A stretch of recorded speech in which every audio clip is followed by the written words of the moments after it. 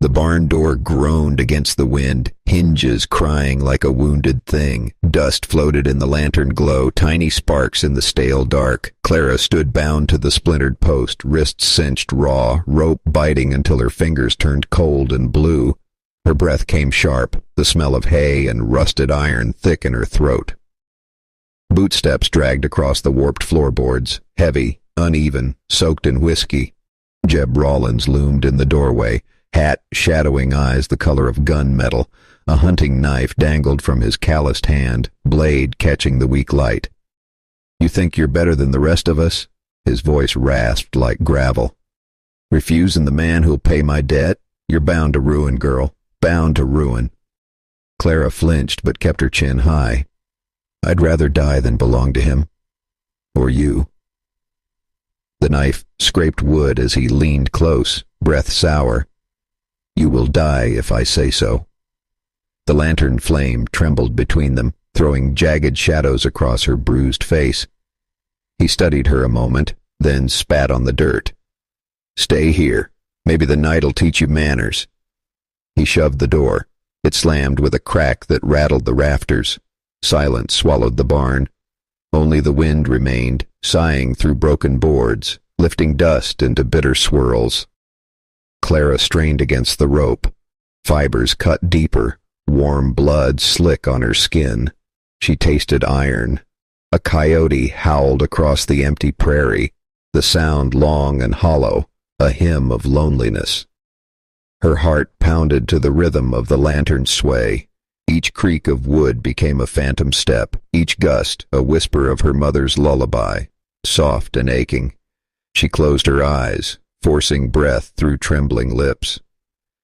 Outside, boots scuffed over gravel, fading toward the horizon. Then nothing, only the rattling door and the cold, endless dark. Clara lifted her head despite the sting in her neck. The rope might hold her body, but not her will. She whispered to the silence, voice cracked but steady. "You won't break me?" The lantern guttered, flame stretching thin, then steadied again, one stubborn flicker of light in a night that wanted her gone. Night pressed harder as the moon sank behind the hills, leaving the barn a hollow tomb of splintered wood and stale air. Clara's breath came in ragged pulls. Every muscle burned from the strain of twisted arms. The rope cut deeper, fibers soaked with sweat and blood. A cold wind hissed through the broken boards, carrying sand that stung her cheeks and coated her tongue. The lantern had burned out hours ago. Darkness swallowed her whole. She tugged again, a desperate jerk that sent lightning through her shoulders. Nothing. The post held fast. A dry rattle broke the silence. She froze. From the corner, a snake's scales scraped the floor, the sound thin as a whisper. Its body coiled into the faint wash of starlight seeping through a crack. Tongue flicking, it slid closer, tasting the fear that hung in the air. Clara's heart hammered. She bit her lip until she tasted iron, forcing herself not to scream. "Keep moving," she breathed, a prayer more than a command. The snake paused, then drifted toward a pile of straw and disappeared. Only the scrape of its tail lingered, fading into the dark. Her head sagged. Memories bled in, her mother's soft humming by a kitchen fire, the smell of fresh bread, the warmth of a home that no longer existed. Jeb's voice cut through the memory, sharp as a spur, bound to ruin. A tear slid across the grime on her cheek. Outside, the world shifted. A faint tremor carried through the ground. Hoofbeats, slow, deliberate, far off. She strained to listen. The rhythm grew steadier, a distant drum on the hard earth. A rider, maybe two. Her chest tightened. Friend or devil, she couldn't tell. The sound faded, then returned, closer now. A horse, a snort, low and restless, drifted in with the wind. Clara lifted her head, straining against the rope until her wrists bled fresh. "Here," she whispered hoarsely, but her voice was swallowed by the vast emptiness. The hoofbeats stopped. Silence again, thick as the dark. She sagged, tears mixing with blood. The cold seeped deeper, numbing her feet, her thoughts. Yet somewhere beyond the black, a spark stirred. Hope or hallucination, she couldn't know. She fixed her eyes on the crack of starlight, refusing to let the night take her. A lone lantern bobbed in the distance, a faint star against the black prairie. Hoofbeats thudded slow and steady, the sound of a rider who knew these lands and feared no dark. Inside the barn, Clara lifted her head, every nerve straining toward that rhythm. The door creaked. Cold night air swept in, carrying the smell of horse sweat and sage. A man's silhouette filled the frame, broad shoulders under a dusted coat, hat brim low, rifle slung across his back. The lantern he held cast a trembling circle of gold that spilled across the dirt floor. He stepped forward, boots crunching straw. His voice was low, rough from years of wind and silence. "Lord above." Clara blinked against the sudden light. Her throat rasped. "Please, help me." The stranger knelt, lantern tilting to reveal his weathered face, graying beard, a scar cutting down his jaw like lightning over rock.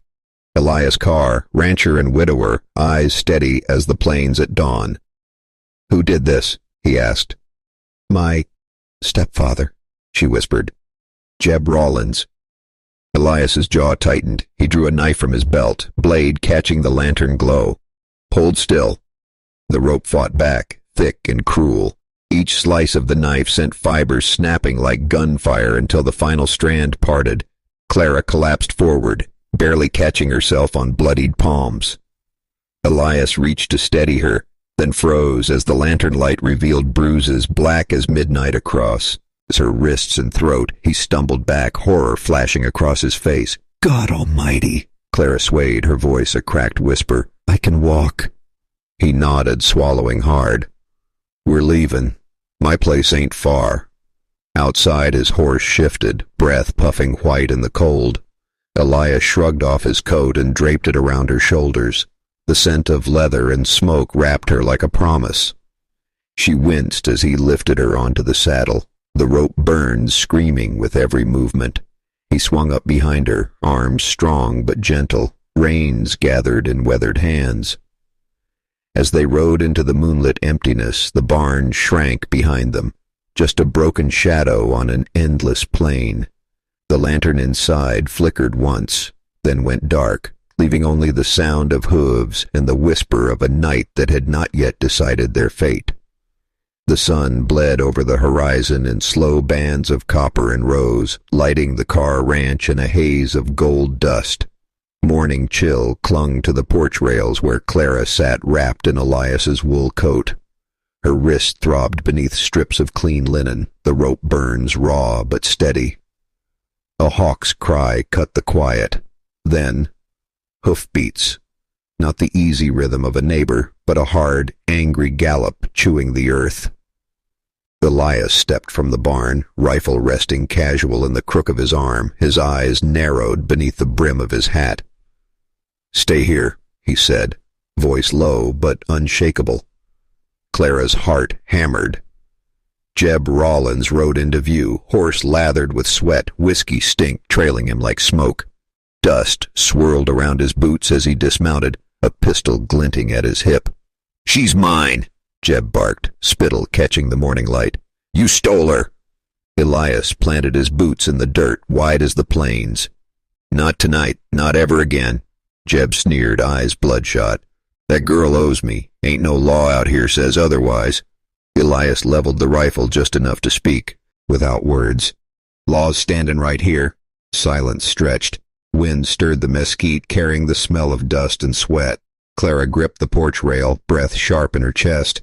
Jeb took a slow step forward, hand brushing the pistol grip.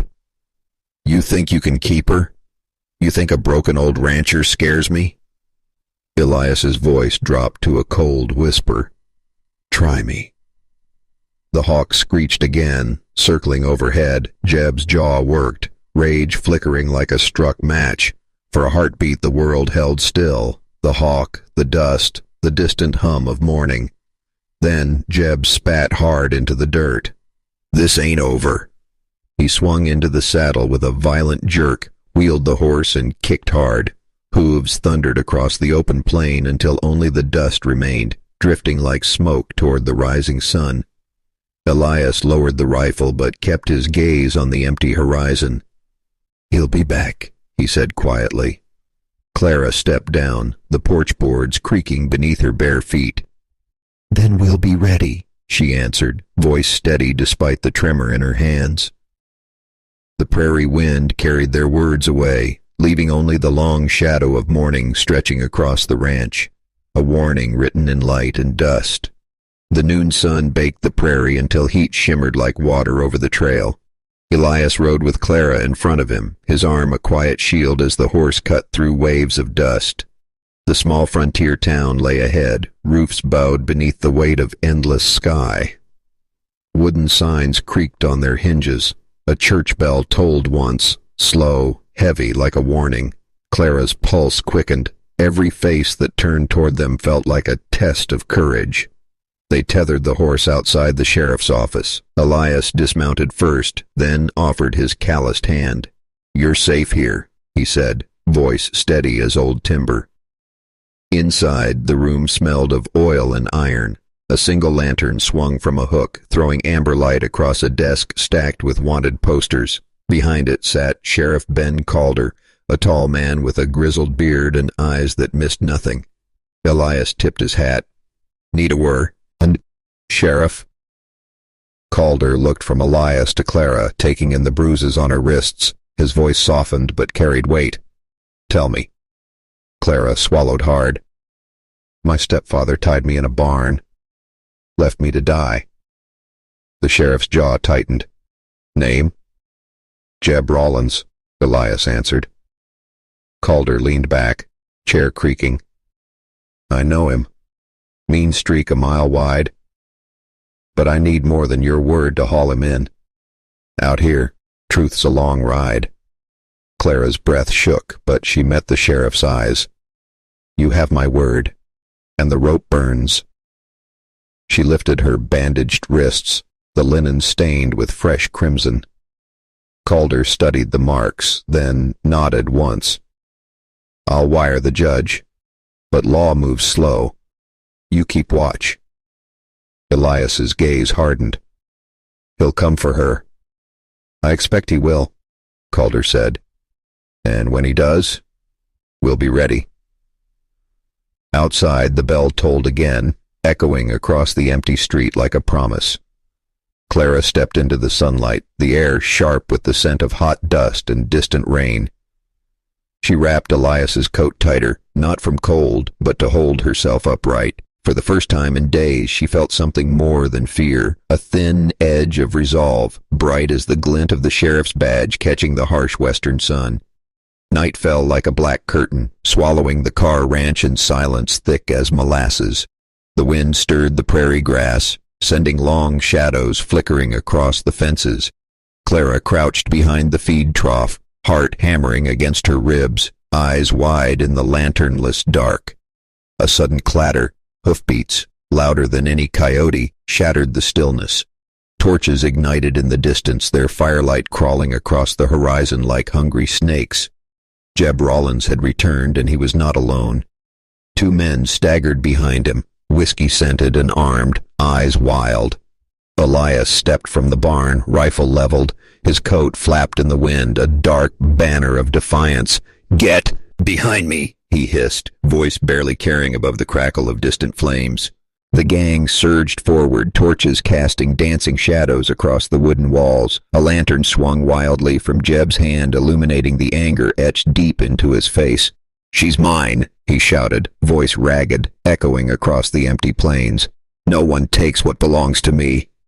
Clara pressed her cheek to the trough, muscles tight with fear. Sparks leapt from torches to the dry hay piled nearby. Fire threatened to bloom, hungry for straw and skin alike. Elias's fingers tightened on the rifle stock. "You won't touch her," he growled. The first torch hit the ground with a hiss. Smoke spiraled into the night sky, thick and choking. A board splintered under a kicked door. Clara winced at the sound. A scream trapped in the wood. Jeb lunged, face twisted, but Elias was faster. A gunshot cracked, echoing across the dark, and one of the drunk men collapsed with a howl. Jeb swore, rage flashing like lightning across his eyes. "This isn't over." Elias fired again, warning, his shadow moving with the grace of experience, not panic. Clara's hands clenched the rough wood of the trough. Sparks danced in her eyes, reflecting both terror and a fragile, stubborn hope. The night seemed endless, a swirling canvas of smoke, firelight, and gunmetal. Yet through the chaos, Elias's presence, a steadfast wall of protection, anchored her trembling spirit. For the first time since that barn, Clara felt something that tasted like promise, that the night, no matter how brutal, could be survived, and that someone strong and just was fighting to make sure she would